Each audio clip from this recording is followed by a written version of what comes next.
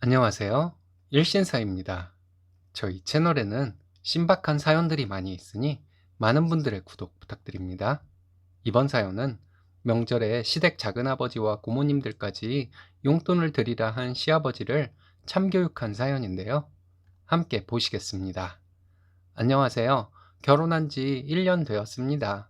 아이는 내년쯤 가질 계획이고 결혼은 공평하게 반반했습니다. 양가에서 1억씩 지원받아서 저희 둘이 모은 돈과 대출로 신혼집 마련했습니다. 모든 절차 생략하고 식장비, 신혼여행비, 웨딩 촬영, 커플링이 결혼 비용의 전부였습니다. 결혼하고 보니 집안의 분위기 차이도 무시할 것이 아니란 것을 알았습니다. 서로 이해하고 감안해서 생각하려고 조금만 노력하면 될 일을 도대체 왜 큰일인 것처럼 말을 하는지 답답했습니다. 다른 것도 아니고 집안 어른들 용돈 문제인데요. 일단 친정은 아랫사람이 어른에게 용돈을 드리기도 하지만 윗사람이 아랫사람에게 용돈을 주는 경우가 대부분입니다. 사회생활을 시작하고 친구들이 설날에 세뱃돈을 부모님께 드린다는 얘기를 들었는데 그 말이 저는 많이 생소했습니다. 저희 집은 설에 할머니께 세배를 하면 할머니가 작은아빠와 고모들에게도 세뱃돈을 주셨거든요. 손주들에게도 물론 할머니께서는 세뱃돈을 주셨습니다. 그리고 나서 명절이라고 저희 엄마와 작은엄마 고모들이 할머니께 용돈을 주시고 저를 비롯해서 저의 오빠와 사촌 형제들에게 세배를 받고 세뱃돈을 주셨습니다. 사촌 오빠 중에서는 마흔이 다 된 오빠도 있는데 자기 자식들 앞에서 어른들께 세뱃돈 받고 좋아하며 해맑게 웃는 모습이 귀엽기도 했어요. 사회생활을 시작한 사람은 어른들께 명절에 용돈을 드리거나 말거나 알아서 하는 일이었습니다. 어른들은 사회초년생인 조카에게 돈을 받는 것을 무척이나 멋쩍어 하셨고요. 그리고 저와 오빠가 대학 졸업하고 둘 다 사회생활을 시작한 후로 가족 중 누군가의 생일을 그리 특별하게 지나지는 않았습니다. 외식은 꼭 했지만 간단한 선물을 주기도 하고 안 주기도 했습니다. 부모님 생신이나 결혼기념일은 그저 외식하는 정도라고 생각하면 돼요.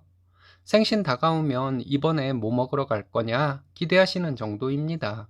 결혼하고 첫 명절에 시댁의 분위기를 보고 저희 집 분위기와 많이 다른 것을 알았습니다.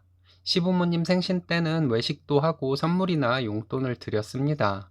명절에는 시부모님께서 작은아버님 두 분과 고모님 두 분께 용돈을 드리라고 하셨습니다. 신랑은 친가 외가 조부모님이 모두 돌아가셨습니다. 아무튼 저는 신랑이 어른들께 그동안 받은 것을 갚는다고 생각하고 시부모님이 시키시는 대로 시어른들께 용돈을 드렸어요.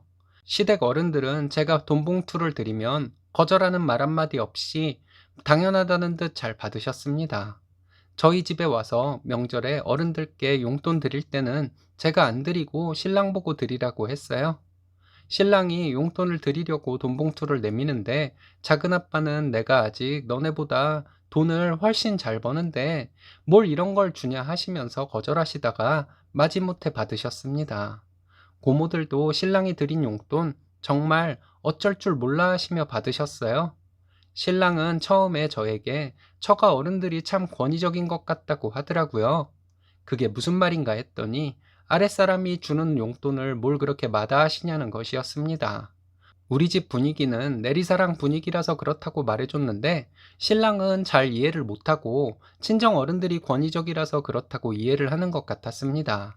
그런데 결혼하고 첫 명절을 지내고 나서 놀라운 사실을 알게 되었습니다. 시댁에서 어른들에게 용돈을 드리는 사람은 저희밖에 없다는 것이었어요. 시동생이 결혼은 했지만 시부모님께도 명절이나 무슨 날에 용돈을 안 드린다는 사실을 알았습니다. 또 신랑 사촌 형제들은 본인들 부모에게 용돈을 드리는지 몰라도 다른 어른들에게는 용돈을 드리지 않는 것을 알게 되었어요. 결과적으로 우리만 시어른들 용돈을 챙겨드린 것이었죠. 다 같이 어른들께 용돈을 챙겨드리는 분위기라면 좋은 마음으로 드릴 수 있겠는데 우리는 자기 부모에게 용돈을 주는데 신랑 사촌 형제들은 우리 시부모님께 용돈을 주지 않으니 이건 당장 그만둬야 한다는 생각이 들었습니다. 그래서 신랑과 얘기해서 시부모님만 챙기기로 했어요. 두 번째 명절에는 작은아버님 한 분과 고모님 두 분을 뵈었는데 아무것도 드리지 않았습니다. 아버님이 저에게 어른들 용돈은 다 드렸냐고 물어보셨는데 안 드렸다고 대답했어요. 그리고 저희는 친정에 갔다가 명절 다음 날 집에 왔습니다. 어머니께서 전화를 하셔서 시댁으로 오라 하시길래 갔더니 아버님이 어른들 용돈을 안 드렸냐고 또 물으시더군요. 안 드렸다고 했더니 뭐라 하셨습니다. 신랑이 사촌 형제들 중에서 엄마 아빠한테 용돈 드리는 사람도 없는데 우리는 왜 줘야 하냐고 했더니 너는 장손이라서 그런 도리를 해야 한다고 하시더군요.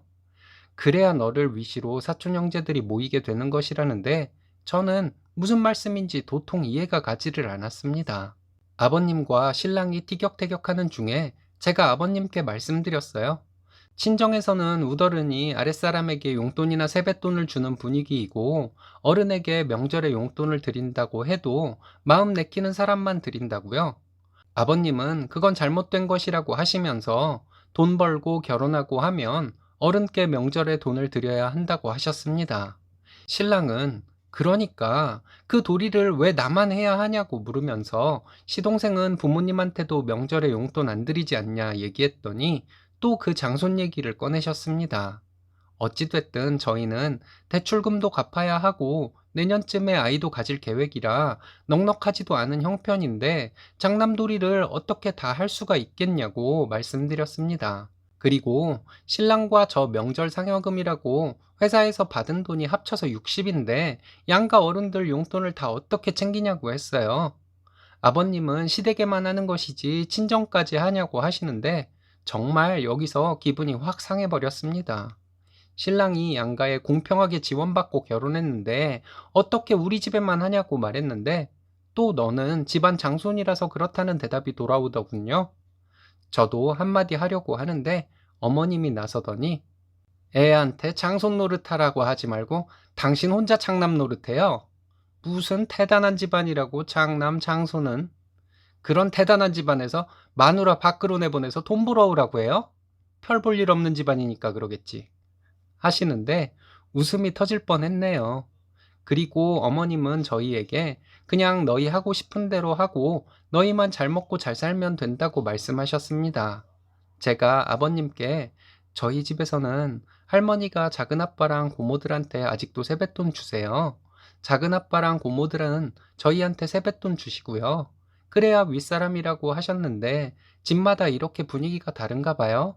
했더니 어머님이 그럼 돈 주는 사람이 어른이지 하셨습니다. 집에 와서 신랑과 얘기하는데 어머님까지 아버님이랑 같은 말씀을 하셨으면 저 엄청 서운할 뻔했다고 했어요. 양가 분위기가 달라서 일어났던 일인데 잘 해결되어서 다행이라는 생각이었습니다. 이렇게 양가의 다른 분위기로 트러블을 겪으신 분 또 있으신가요? 양가의 다른 분위기도 그렇지만 시아버지의 이상한 논리는 문제가 될 뻔했는데 가족들이 시아버지를 지혜롭게 잘 교육시켰네요. 오늘의 사연은 여기까지입니다. 재미있으셨다면 좋아요, 구독 부탁드려요. 일신사는 여러분들의 사연으로 제작됩니다. 많은 사연 제보 바랍니다. 여러분들의 사연은 아래 메일 주소로 부탁드려요.